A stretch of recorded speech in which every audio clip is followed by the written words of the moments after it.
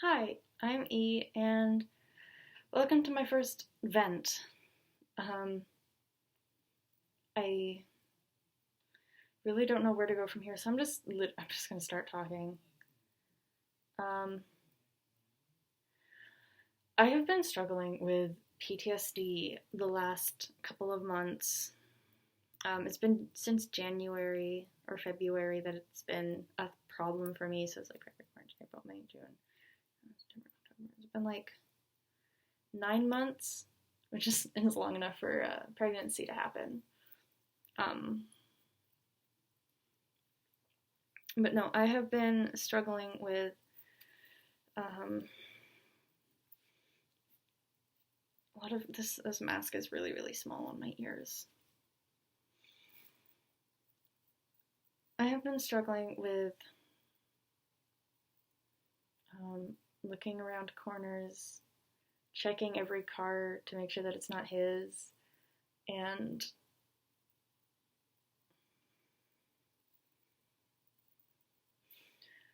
trying to stay away from places that I associate so closely with him. It's not easy. Um, one of the better game shops in town is one of his frequent haunts. So I have to be careful when I go in there to make sure that his car isn't outside.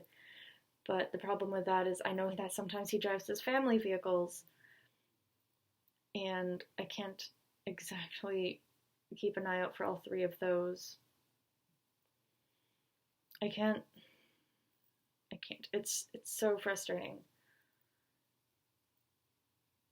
I I should give some context as to what this individual is. We never actually dated because I didn't want to, but he tried really hard to convince me that it's what I wanted. He almost had me convinced, except I had already been in similar situations with people who were manipulative and narcissistic that I could see what he was trying to do, and it just really wasn't working for me. Unfortunately, it took me too long to realize that, and the damage had already been done. Um, I think that's a story for another time. So I'm just really gonna I'm gonna stick with the current now, what's going on. Um, I recently went to a park with a friend. We were walking around their city that they lived in. It was the middle of the night, just wanting to get some fresh air, release some of the tension that we were feeling. And so on the way back, he suggested that we go to a park nearby his house. I said yes, because I like parks. Night walks are one of my favorite things to do. So we went to this park, and it wasn't until we got 2 streets away that I realized that it was a park that this individual, we'll call him Caleb, that Caleb had taken me to um, back when he was trying to convince me that it's what I wanted. But I figured, he's not there. I'm with someone I trust. It's okay if we go there for a little bit and I breathe and give myself some exposure therapy, and it'll be fine. The park sits at sort of a crossroads. So, like, if we have a street going this way and a street going this way, there we go. Street going this way and a street going this way, and we're walking up from here. And I was thinking about turning this way, just, give myself a little bit of a proximity to the park. Not directly there, but still kind of beside it. And I figured, no, if I'm going to do this, I'm just going to go right into this park area. So we go into the park area and kind of wander away from each other a couple meters. Who do I see walking down the street I was about to turn down but Caleb and his siblings and their dog? So I go farther into the park a couple steps, stagger against the nearest tree, and fall to the ground, hyperventilating. It's hard to remember it. And then My friend walks up to me and I frantically shush him, gesture over, and I say, That's Caleb. That's him and his siblings. We have to be quiet. Like, we can't have them know I'm here. And so my friend kind of took this protective stance a couple feet away from me, kept an eye over my shoulder. I kept trying to look around the tree to see if they were still there, but I couldn't move myself far enough to. After a couple minutes passed, they left, according to my friend, and I was able to move again and start breathing properly. My heart didn't stop racing, but I could breathe properly again, so that was good. But some part of me wishes, like, some part of me thinks about what if I had gone down that street? Like, what if I had? What would I have done? What would I have said? Would he have recognized me? Because it's been 10 months since he's last seen me. 9 months since he's last seen me. Does he still follow my Instagram? Does he, like, keep up with me and what I look like and what I do? I know he doesn't have me on Snapchat because I blocked him on Snapchat, but, like, does he know that my hair is this long now and it's not, like, this anymore?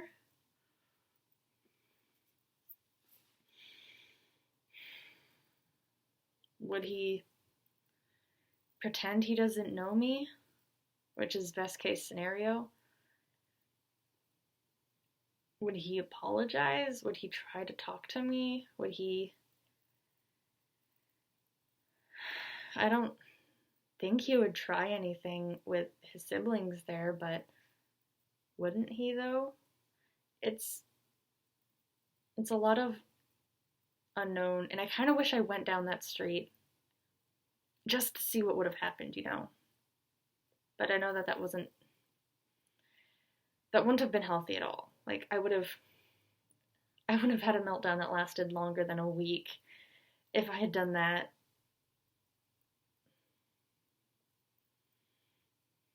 So we can all be thankful that wasn't what happened.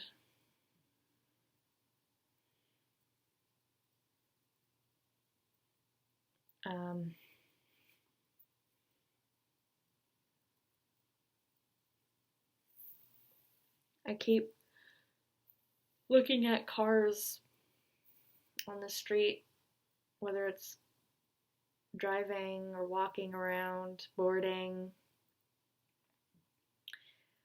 I can't help but look at all of the cars, and if I see one with a similar color, make, and model of his, anything that looks similar to his,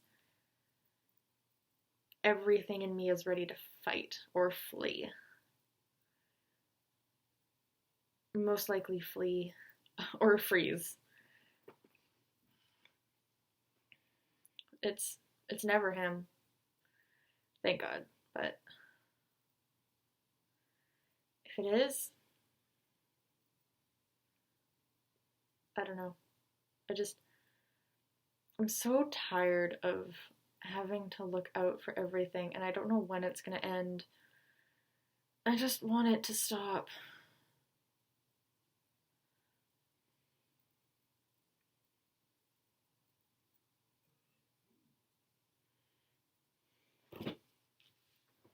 I guess there isn't really too much opinion that anyone can give without me giving too much detail about this. But it's exhausting just talking about what has been happening.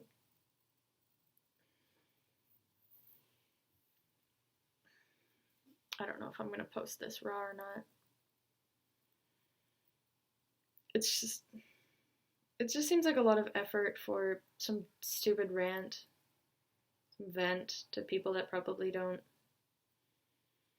have too much an investment. This is just mostly for me, a video diary.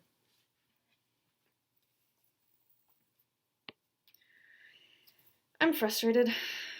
I was getting over some trauma from farther back in my life when all this happened, and I thought I was doing better. I've been doing better with that over the last couple of months. specifically because I talked to the person that was the source of a lot of that trauma and cleared up a lot of that. Kind of came to terms with it, settled it, cleared the air.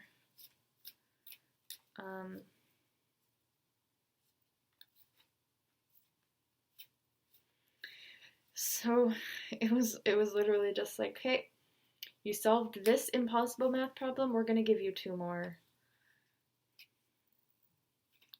Oh, and by the way, you didn't even solve that first math problem. There's still a denominator there that you didn't really figure out. You haven't really determined. I don't know. It's frustrating, and there's nothing I can really do to move past it besides like therapy, and I can't afford that. Therapy is like $70.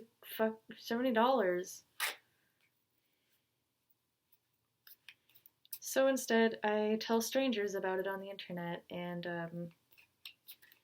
look at decks of cards to tell me what it is that I need to do to fix all this. This is the magician, someone that has all the tools and a plan to fix what it is they need to fix. How ironic. God, I wish I were me. But yeah, PTSD is a bitch. I'm sorry for anyone that has to suffer through that. Eva?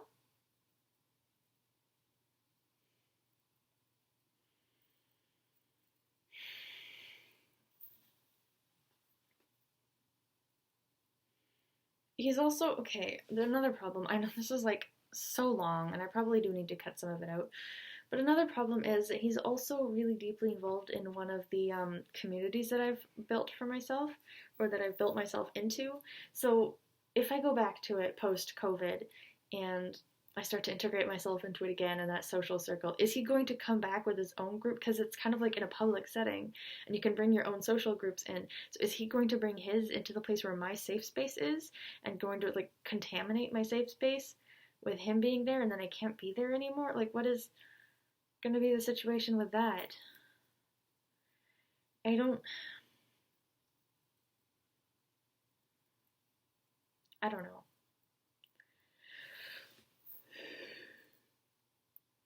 I should go to bed. It's way past my bedtime.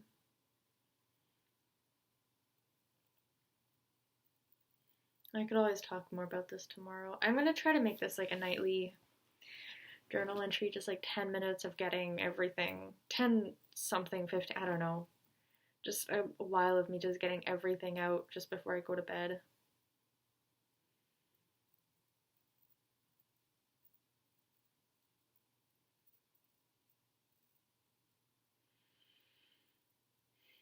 October the 22nd.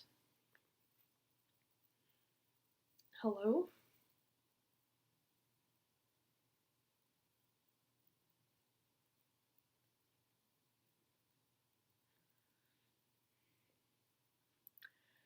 October the 22nd at 12:54 a.m.